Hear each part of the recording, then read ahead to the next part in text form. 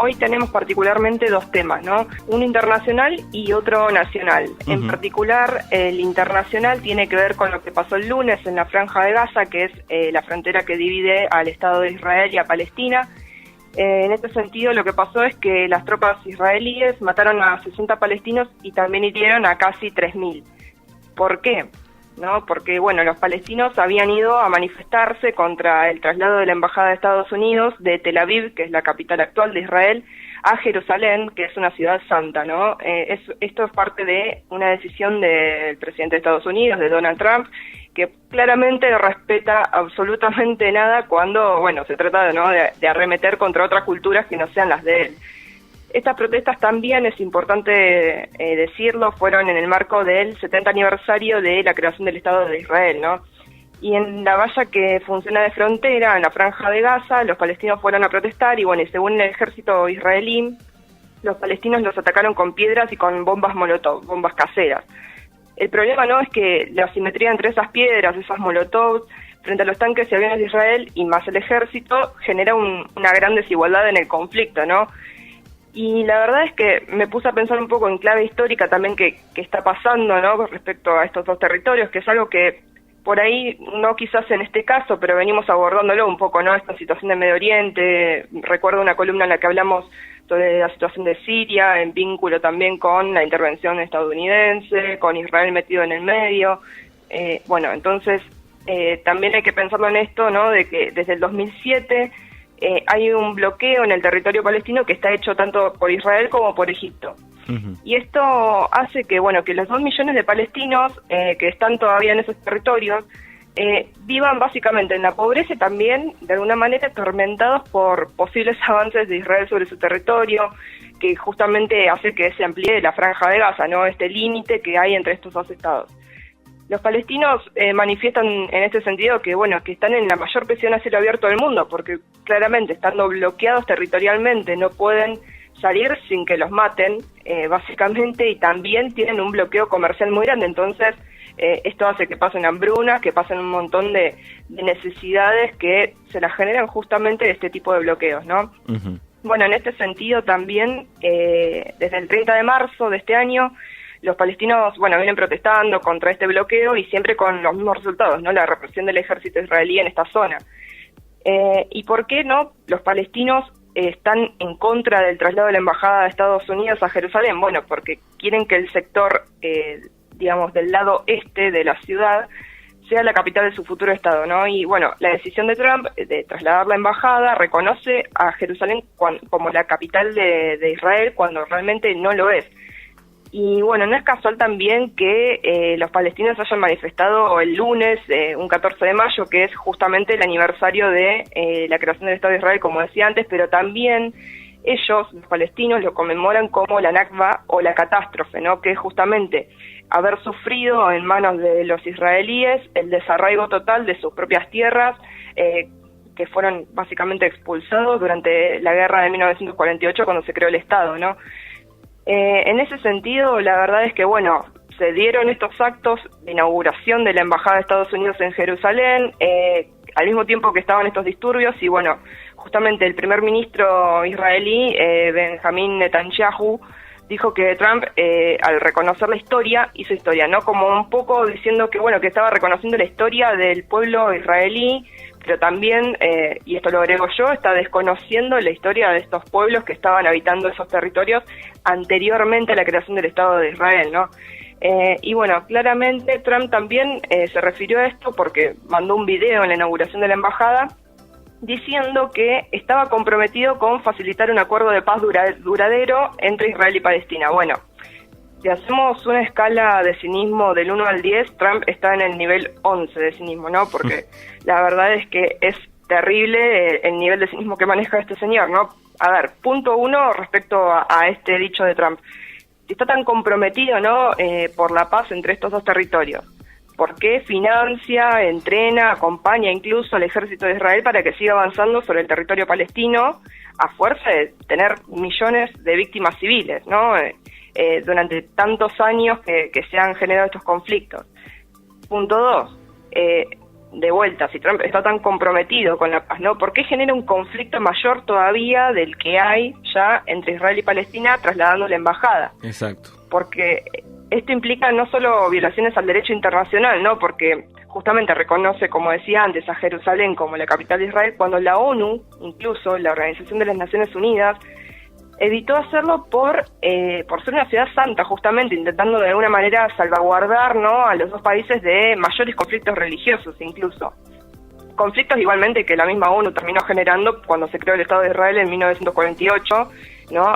Porque justamente puso en un territorio que no estaba libre para un país, para un Estado nuevo, a Israel después de todo lo que fue el Holocausto, la Segunda Guerra Mundial, bueno, todo eso, ¿no? En el 48 ahí comenzó, ¿no? Ahí se creó el Estado de Israel. 3 años después del finalizada la Segunda Guerra Mundial, ¿no? En esos territorios, además, no solamente hay judíos, hay árabes, hay musulmanes, digamos, hay un montón de culturas distintas que conviven y que justamente entran en conflicto por decisiones externas a ellos, básicamente, ¿no?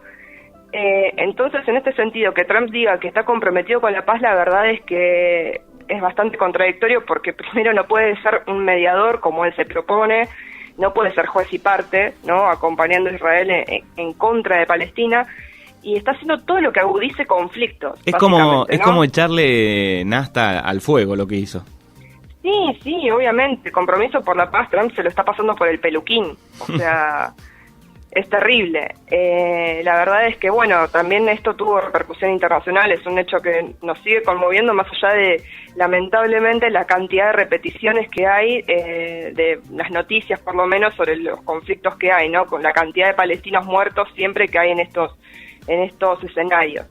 El primer involucrado, claramente, que se manifestó respecto a esto es el presidente palestino, que es justamente Mahmoud Abbas, que calificó esto como una masacre y le pidió protección a la ONU. La verdad, un poco inocente, un poco cándido, ¿no? Porque justamente una ONU que le dio los territorios al Estado de Israel, que esos territorios que antes eran parte de Palestina, ¿no? Y que por el avance israelí durante distintas guerras han avanzado justamente sobre esos territorios y han condenado al pueblo palestino a esto que venía diciendo antes, ¿no? La cantidad de hambrunas, la miseria, bueno. También una ONU que claramente tiene una visión occidental, que fue creada después de la Segunda Guerra Mundial por los países ganadores de la Segunda Guerra Mundial, que eran Estados Unidos, Gran Bretaña, Francia. La verdad es que es un poco inocente de parte del presidente palestino pedir protección, ¿no? Y sí, es una gran telaraña con problemas culturales que vienen de hace años en toda esa zona, pero digamos países poderosos como Estados Unidos, bueno, aceleran los conflictos, ¿no?, por cosas propias que necesitan después, tal vez. Ni hablar, un poco de lo que hablábamos cuando hablábamos de Siria la vez pasada, esto de la importancia geopolítica del Medio Oriente, ¿no? El tema de no solo del petróleo, sino de cuestiones estratégicas, geográficas, tanto para el comercio como para las distintas intervenciones que se puedan dar en esos lugares, ¿no? Son territorios que están sujetos no solo a estas cuestiones económicas, sino también a un montón de conflictos étnicos, religiosos. Tienen una historia muy complicada, una historia que siempre es interesante conocerla, de empezar a desandarla, porque realmente es una posibilidad también para entender lo que está pasando actualmente, ¿no? No es casual que Trump elija a modo de provocación trasladar la embajada a Jerusalén, ¿no?, en vez de Tel Aviv, que es la capital de Israel. ¿Por qué? Porque Jerusalén es una ciudad santa que está en disputa, es un territorio de disputa, que justamente ni la ONU ni ningún organismo internacional se animó, digamos, a ponerlo como capital, a reconocer que Israel tiene como capital a Jerusalén, ¿no? Porque justamente sería darle, digamos, la razón de alguna manera, y también descuidar en algún punto al pueblo palestino que está sufriendo todo esto, ¿no? También, por supuesto, Amnistía Internacional, el Observatorio de Derechos Humanos también dijeron que, bueno, que eso es una violación aberrante a los derechos humanos y un baño de sangre, pero también tenemos los comunicados tibios, ¿no?, de la Unión Europea, y sobre todo justamente estos países que mencionaba antes, ¿no?, Gran Bretaña, Francia, también Alemania. Por ejemplo, Gran Bretaña, ¿no?, con un comunicado muy tibio, pidió calma y moderación, pero se lo pide tanto a Israel como a Palestina, ¿no? Negando de alguna manera esta simetría entre los dos países y entre las fuerzas que tienen los dos países. Justamente Israel con todo un entramado militar tremendo, financiado y apoyado por Estados Unidos, como decía antes, Palestina con un montón de límites, de limitaciones en realidad y debilidades de alguna manera, ¿no? Que justamente hacen que siempre sea en retroceso la historia, ¿no? Exactamente, va en retroceso, y mientras estos países, digamos, sigan teniendo los conflictos que tienen y sean apoyados, no sean apoyados por otros países un poco más poderosos del mundo, todos unidos, Estados Unidos va a seguir siendo la potencia que es y, bueno, matando cantidad de civiles, de gente que no tiene nada que ver. Exactamente, bueno, y es importante también, por último, ¿no?, destacar que tanto Paraguay como Guatemala, dos países latinoamericanos, eso llama la atención, ¿no? Se expresaron a favor de esta decisión de Estados Unidos y también van a hacer lo mismo, van a trasladar sus embajadas a Jerusalén. Entonces, la verdad es que, bueno, también viendo la situación que están viviendo los dos países, ¿no? Dos países que, vamos a decirlo en criollo, son países bananeros, países que tienen una dependencia total de Estados Unidos por distintos motivos, ¿no? Paraguay por lo menos había intentado esbozar en algún momento un intento de liberarse de esa opresión histórica que tiene lamentablemente por la guerra del Paraguay y, bueno, y otras cuestiones históricas que no me voy a poner a detallar acá, pero justamente dos países muy dependientes de Estados Unidos y de la política exterior de Estados Unidos, ¿no? Entonces, la verdad es importante el dato para tenerlo. Lo interesante también es que el resto de los países del mundo, incluido Argentina, por supuesto, consideran que esto tiene que resolverse entre israelíes y palestinos, con una intervención claramente de organismos internacionales, pero que tiene que resolverse entre ellos. Entonces van a dejar sus embajadas por ahora, por el momento, en Tel Aviv. Bueno, así que Argentina entonces lo mira un poco de afuera. Sí, por lo menos por ahora mantiene esa postura. Habrá que ver qué sucede, ¿no?, dentro de un tiempo, con también las llamadas de felicitaciones de Trump por la política económica, con todo este vínculo, ¿no?, de empresarios amigos que tienen Macri y Trump, pero por el momento no van a hacerlo. Bueno, muy bien. Y el otro tema, volvemos a la Argentina, el otro tema para esta tarde son los LEVACs, o las LEVACs. ¿Qué son? Las LEVACs, sí. Uno de los temas centrales, ¿no?, de la semana, esta preocupación por los vencimientos de las LEVACs que fueron ayer, ¿no?, y el miedo de que, bueno, los inversores decían no renovarlas. Esto, de alguna manera, vamos a resumirlo ahora, pero vamos a profundizarlo un poco después.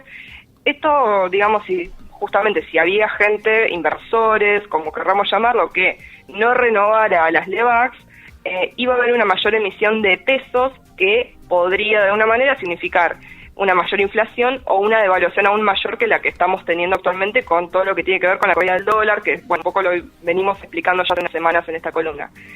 Bueno, finalmente ayer hubo un 100% de renovación de VACs, pero, por supuesto, a una tasa de 40%, una tasa muy elevada. Así que, bueno, Federico Sturzenegger igual de haber sentido la soga un poco menos apretada en el cuello, ¿no?, de haber dormido un poco más tranquilo ayer. Ahora bien, ¿cómo lo entendemos? Sí. Digamos, las LEVACs, ¿la gente compra eso? Para el que no tiene ni idea. Exactamente, sí, justamente voy a esto. ¿Qué son las LEVACs, no? Las LEVACs son letras del Banco Central, es el acrónimo de las letras del Banco Central, ¿no? Son títulos de deuda que son a corto plazo, están emitidos a corto plazo por el Banco Central. Y funcionan como otros bonos. Básicamente no es lo mismo, pero básicamente podríamos decir que es muy parecido en un montón de cuestiones a un plazo fijo en el banco, ¿sí? Cuando vos depositas tu plata en el banco y a determinado plazo justamente, no sé, un mes, por ejemplo, y hay una determinada tasa de interés que eso, una vez que se vence el plazo, te dan ese interés a vos. Bien. Esto lo pueden hacer los grandes bancos, por lo general, antes del 2016, sobre todo, lo hacían los grandes bancos, y ahora también están los pequeños ahorristas, ¿no?, que pueden comprar LEVACs, y justamente a una tasa de interés determinada, bueno, etcétera. ¿Qué es la tasa de interés, no? Es la ganancia que recibe la persona física, jurídica, o sea, hablando de bancos, ¿no?, que decide poner esa plata en plazos fijos, en Lebacs o en otro tipo digamos, de activos bancarios.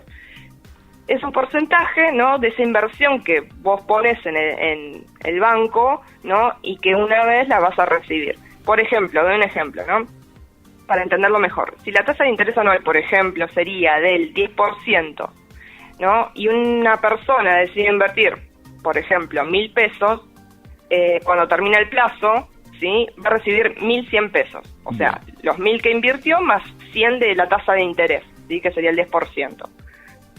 ¿Qué pasa? Hay distintos plazos y distintas tasas de interés según el plazo que vos tengas, justamente como en los plazos fijos que se hacen en los bancos usualmente. Sí. Como ayer hubo un vencimiento, bueno, el Banco Central decidió aumentar esa tasa de interés que andaba más o menos en los 26-27% aproximadamente para todos los plazos, ¿sí? Con distintas variaciones, por supuesto. ¿Qué pasa? Aumentó justamente la tasa de interés a un 40% para que los tenedores de Lebacs se mantengan en pesos y no pasen al dólar. ¿Por qué? Porque si pasan al dólar generan una corrida cambiaria muy grande, generan devaluación, eso se traduce en inflación, bueno. Entonces, por ejemplo, vuelvo al ejemplo anterior, como aumentó la tasa un 40%, ahora en vez de 1.100, ¿sí?, uno recibe 1.400, 1.000 de lo que invirtió, 400 de los intereses, ¿sí? Sí. Bueno, las Lebacs, a ver, también tienen esta cuestión de que funcionan, ¿no?, de alguna manera para el gobierno como una herramienta de política monetaria que depende del Banco Central, no depende del gobierno, depende del Banco Central, si bien el presidente es claramente parte, ¿no?, de la ideología económica de Cambiemos. ¿Qué pasa? Esa herramienta de política monetaria intenta de alguna manera contener la inflación, un poco lo que venía diciendo antes. Lo que tienen estas letras bancarias, ¿sí?, las Lebacs, es que uno, a diferencia de cuando compras dólares, uno tiene mucho mayor cantidad de retorno en pesos, ¿sí? Porque siempre los porcentajes suelen pasar, digamos, los índices, los porcentajes de inflación, ¿sí? Pensemos esto. Supuestamente, según el gobierno, la meta de inflación para este año era del 15%, sin embargo, la tasa de interés de las Lebacs son del 40% actualmente, ¿sí? Uh-huh. Entonces, justamente, conviene de alguna manera invertir en Lebacs. Ahora ya veo que salen todos corriendo a comprar Lebacs y me muero, pero bueno, no, bueno, ¿qué pasa también con esto, no?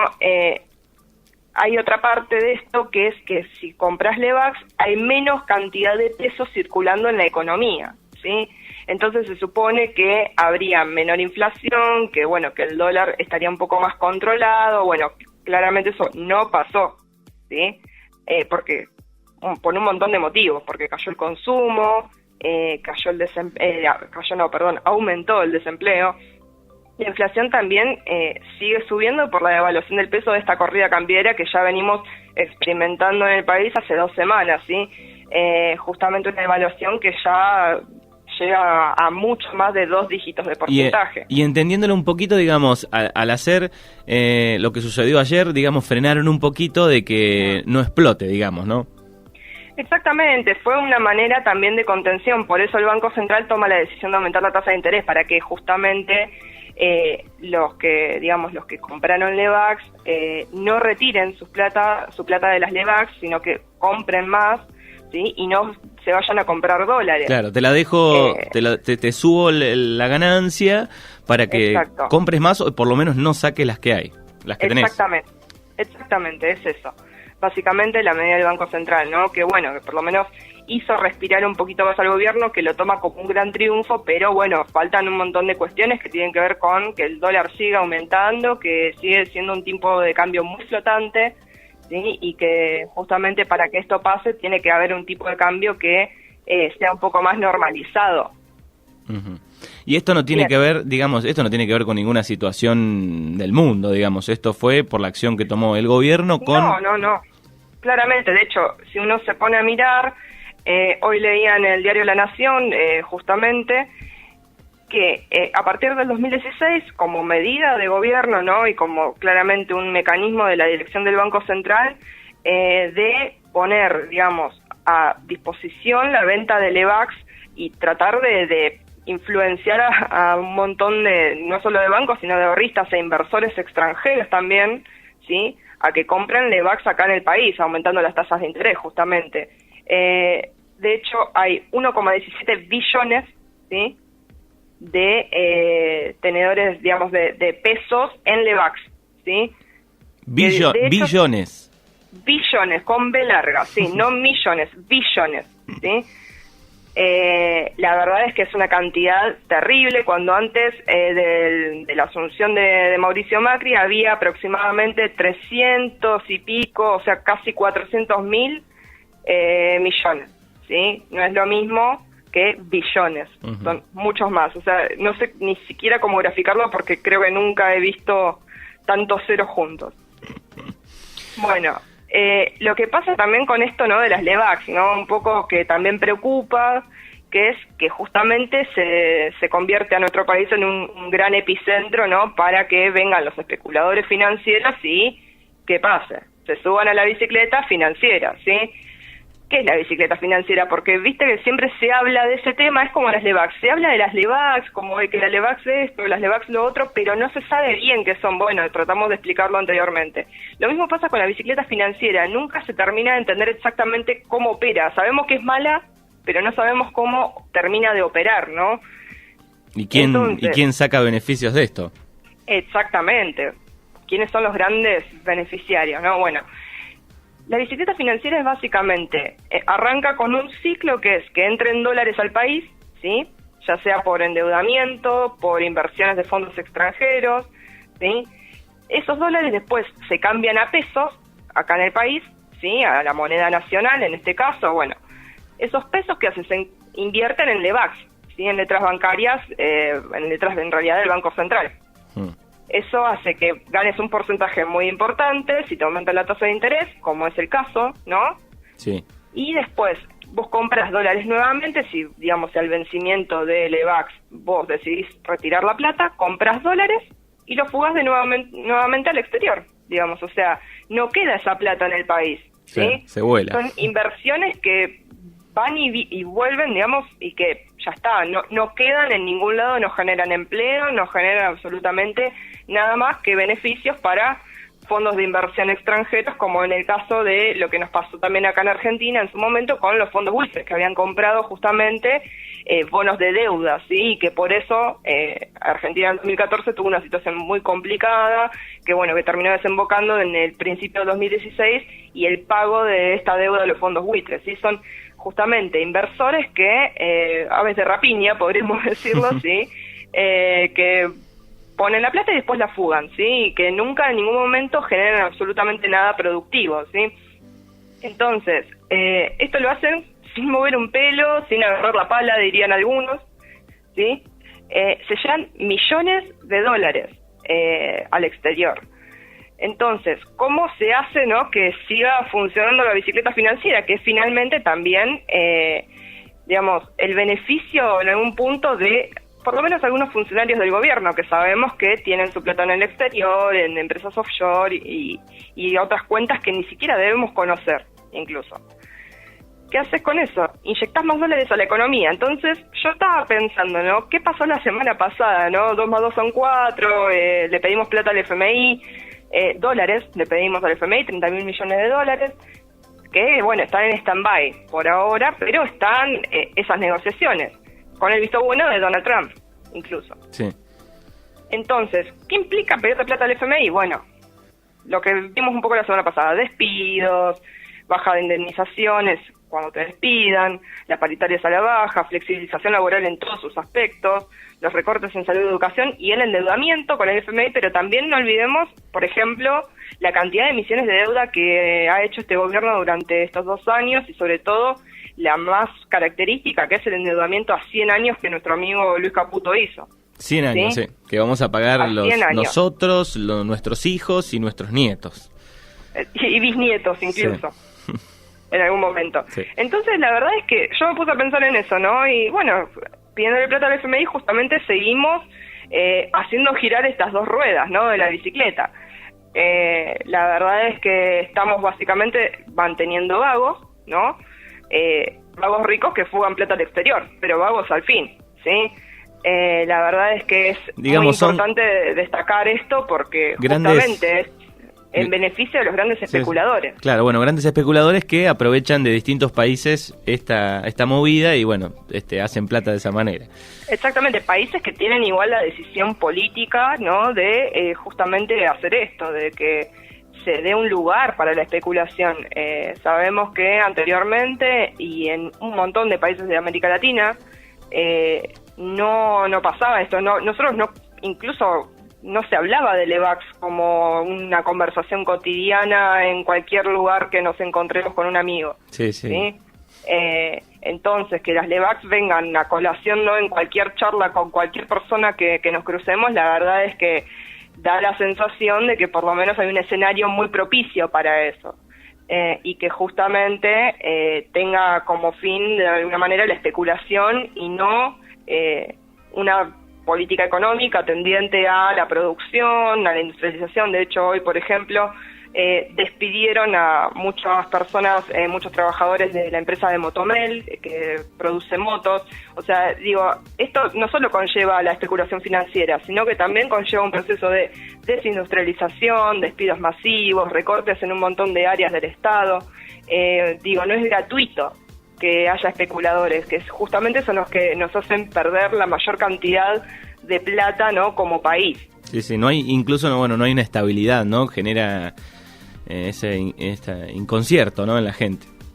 Exactamente. Así que bueno, la verdad es que estos son los temas de hoy, ¿no? Las Levax, la verdad es que es un tema muy complejo, cuesta entenderlo y la verdad es que bueno, tratamos de hacerlo lo más simple que se puede, porque también hay cuestiones, conceptos económicos que uno no puede dejar, ¿no? de lado al momento de explicarlo, pero bueno, si en todo caso tienen alguna duda, alguna consulta, también dejo como contacto mi Facebook, Ingrid Zeplasser, para que me puedan escribir en todo caso y preguntarme bien si no se entendió alguna parte, ¿no? de esto que expliqué recién. Bueno, muy bien. Yo alguna parte de las Levax no las tenía bien clara, pero me lo fui graficando mientras lo iba explicando, así que bueno, me quedó un poco más claro.